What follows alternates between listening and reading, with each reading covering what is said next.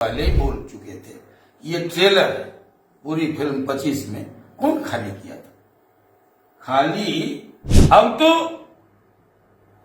ये चिराग पासवान को भी समझना चाहिए कि वो पासवानों के लीडर हैं या नहीं है। जब वो एनडीए में है, समाज के लोगों पर जब वो एक उंगली उठा रहे हैं कि उन्होंने किसका साथ दिया नहीं दिया, मैं बस उनको इतना सुझाव दूंगा कि वो खुद एक राजनीतिक परिवार से आते हैं, भले खुद सक्रिय राजनीति में नहीं हो। एक और नीतीश के चहेते बाहुबली आनंद मोहन तो दूसरी तरफ पीएम मोदी के हनुमान चिराग पासवान दोनों ने एक दूसरे के खिलाफ बिगुल फूंक दिया है। बिहार में विधानसभा चुनाव से पहले चिराग पासवान और आनंद मोहन के बीच की बगावत क्या एनडीए में कोई खेला तो नहीं कर देगा भी राजनीतिक हलके में चर्चा है। जिस तरह से आनंद मोहन ने सीधे तौर पर चिराग पासवान पर हमला बोला, उसके बाद अंदेशा लगाया जा रहा था कि चिराग जरूर पलटवार करेगा और हुआ भी कुछ ऐसा ही। पहले सुनिए आनंद मोहन ने चिराग को क्या। वो किसका था? वो जो पासवान लड़के खड़े थे वो एनडीए का वोट था। अब तो ये चिराग पासवान को भी समझना चाहिए कि वो पासवानों के लीडर हैं या नहीं है। जब वो एनडीए में है तो वो पासवान कैंडिडेट संत स्वराज का इतना वोट कैसे ले आए? ये क्वेश्चन मार्क है। और एनडीए में अगर पूरी वफादारी से हैं तो आप गए क्यों नहीं? ये भी एक सवाल है। इसलिए राजनीति, गांधी ने कहा कि हम सीधे लोग हैं और सीधे सीधे चलते हैं, टेढ़ा मेढ़ा मेरा कोई रास्ता नहीं। तो यहां तो सीधा सीधी अर्थ लगा रहा है लोग कि आप एनडीए के लीडर हैं, आप वैशाली में हमारा वोट लेते हैं, लेकिन आप 3 बार प्रोग्राम देके शिवहर नहीं जाते। एक सवाल है।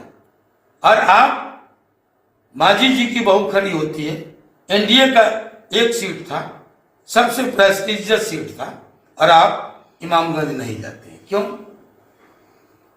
आप किधर हैं ये तय कीजिए। और दूसरी बात कि आप पासवानों के लीडर हैं या नहीं। अगर हैं तो एनडीए में हैं और 37,000 वोट एक पासवान लड़का निकल के आया और ले गया, तो आपसे बड़ा लीडर हुआ पासवानों का।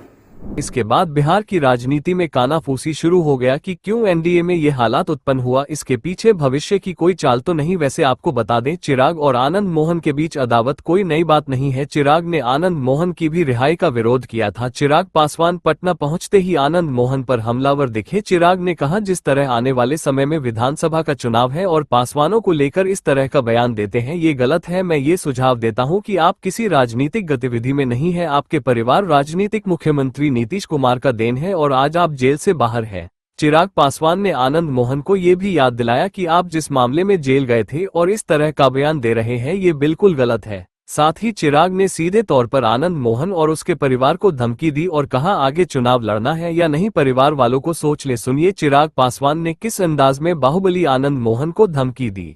आनंद मोहन ने कहा है कि चिराग पासवान ने एनडीए के उम्मीदवारों को ही दरकिनार किया, हम लोग के उम्मीदवार के पास आए तक नहीं चुनाव के प्रचार के लिए। देखिए, पहली बात तो वो किसी राजनीतिक सक्रिय राजनीति से वो जुड़े हुए नहीं हैं। उनकी बात पे किसी प्रकार की प्रतिक्रिया देना कोई ज़रूरी नहीं है। पर हाँ, उनके परिवार के कई सदस्य सक्रिय राजनीति में हैं और वो ऐसे घटक दल में हैं जो हम लोग के गठबंधन का हिस्सा है। ऐसे में सुझाव बस इतना देंगे, जिनका आप जिक्र कर रहे हैं वो हमारे मुख्यमंत्री जी की कृपा पर जेल से वो बाहर आए हैं और किस संगीन आरोप में वो जेल के अंदर थे। ऐसे में पुनः उसी समाज से आने वाले लोगों पर, जिस समाज के ऊपर उनके ऊपर आरोप लगे थे, पुनः उसी समाज के लोगों पर जब वो एक उंगली उठा रहे हैं कि उन्होंने किसका साथ दिया नहीं दिया, मैं बस उनको इतना सुझाव दूंगा कि वो खुद एक राजनीतिक परिवार से आते हैं, भले खुद सक्रिय राजनीति में नहीं हो, पर उनके परिवार के सदस्यों को आगे भी चुनाव लड़ना है, सब करना है। ऐसे नाम लेकर पासवानों के ऊपर इस तरीके से उंगली उठाना, पासवान समाज के ऊपर इस तरीके से उंगली उठाना, मुझे नहीं लगता कि गठबंधन में, क्योंकि उनके परिवार के सदस्य हैं, ये उचित है। बाकी उन्होंने जो कहा नहीं कहा, जैसा मैंने कहा वो सक्रिय राजनीति में नहीं है, तो उनके जवाब देना कोई जरूरी आरक्षण को नहीं। लेकर के तेजस्वी यादव कह रहे हैं 85% जो है वो देना चाहिए, एक बिल लाना चाहिए विधानसभा में जिसको हम लोग सब पास कर दें आरक्षण को। मेरी समझ में नहीं आता कि जब ये लोग सरकार में होते हैं ये सारी सोच इनकी जहन में तब क्यों नहीं आती है। ये तमाम चीजें विपक्ष में जाने के बाद इनके संज्ञान में क्यों आने लगती है। आज जब ये सारी बातें बोलते हैं, कुछ दिनों पहले मेरे प्रधानमंत्री का स्वागत करते हुए बोल रहे थे कि अच्छा होता अगर वो विशेष राज्य का दर्जा लेकर आते, तो भैया आप थे नहीं क्या? ये लोग केंद्र सरकार का हिस्सा थे कि नहीं थे? और उस वक्त तो नीति आयोग होता था, आज की तारीख में जो प्लानिंग कमीशन उस वक्त प्लानिंग कमीशन होता था, आज की तारीख में जो नीति आयोग है, तो उस वक्त तो ऐसे सहज प्रावधान भी थे। अगर ये चाहते, आज की तारीख में अगर हम लोग प्रावधानों का जिक्र करें तो कई ऐसे प्रावधान हैं जिसकी वजह से हम लोग को ये कठिनाई आ रही है। पर उस वक्त जब इनकी पार्टी लगातार निरंतरता में केंद्र सरकार का हिस्सा थी, क्यों नहीं इन लोगों ने बिहार को विशेष राज्य का दर्जा दिलवा दिया? और एक ऐसा समय भी था जब बिहार में भी इनकी सरकार, केंद्र में इनकी सरकार, क्यों नहीं इन लोगों ने ऐसी इन कार्यों को इन्होंने कर दिया? ये बातें कहने के लिए और जब अपना समय आता है करने के लिए कुछ और।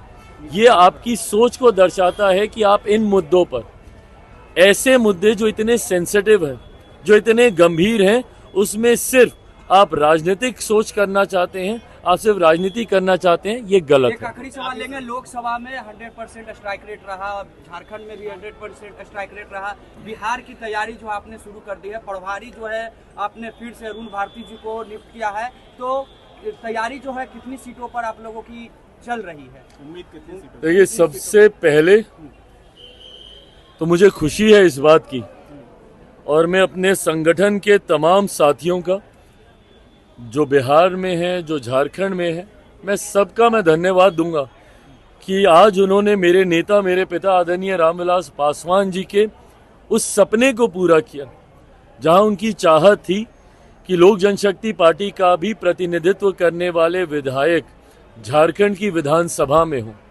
हम लोगों ने 2014 में भी एनडीए गठबंधन के तहत चुनाव लड़ा था, पर उस वक्त भी हम लोग को ये सफलता हासिल नहीं हुई थी। शिकारीपाड़ा की एक सीट पर उस वक्त हम लोगों ने चुनाव लड़ा था। मुझे खुशी है कि चतरा में गठबंधन के तहत एक सीट पर हम लोगों को चुनाव लड़ने का मौका मिला, और उस सीट को एक बड़े मार्जिन से, लगभग 19,000 वोटों के मार्जिन से जनार्दन पासवान जी ने जीतने का काम किया, जिससे अब लोक जनशक्ति पार्टी रामविलास की उपस्थिति एक और राज्य में हो गई है। बिहार में जहां 5 सांसद हैं, तो वहीं नागालैंड में हम लोग के 2 विधायक हैं, अब 1 विधायक हम लोगों का झारखंड में भी है। तो ये मेरे उस नेता के सपने को पूरा करता है जिसमें आदरणीय रामविलास पासवान जी ने पार्टी के विस्तार को देखा था। उसी विनिंग टीम को प्रभार, जिस टीम के साथ झारखंड में इन लोगों ने कार्य किया था, और जिस सुनियोजित तरीके से, जितनी मेहनत के साथ उस टीम ने सफलता हासिल की, केंद्रीय नेतृत्व का, तमाम वरिष्ठ नेताओं की ये सोच थी कि उसी टीम को ये जिम्मेदारी बिहार विधानसभा चुनाव को मद्देनजर रखते हुए भी दी जानी चाहिए है, और ऐसे में उसी सोच के साथ ये जिम्मेदारी दी गई है। मैं मानता हूँ 100% स्ट्राइक रेट के साथ अभी तक हम लोग आगे बढ़ते जा रहे हैं। बिहार से पहले दिल्ली में भी चुनाव होने हैं, उसमें भी अगर मौका मिला तो हम लोग अपना यही स्ट्राइक रेट बरकरार रखना चाहेंगे। बट सबसे ज़्यादा महत्वपूर्ण है कि अगले साल जो बिहार विधानसभा में चुनाव हो रहे हैं, सीटों की संख्या गठबंधन के भीतर ही तय होंगी, उससे पहले मैं आपके साथ कतई साझा नहीं कर सकता हूं। पर हाँ, जितनी सीटें लड़ेंगे 100% स्ट्राइक रेट उसमें भी रहे, यही लक्ष्य मेरा और मेरी पूरी टीम का है।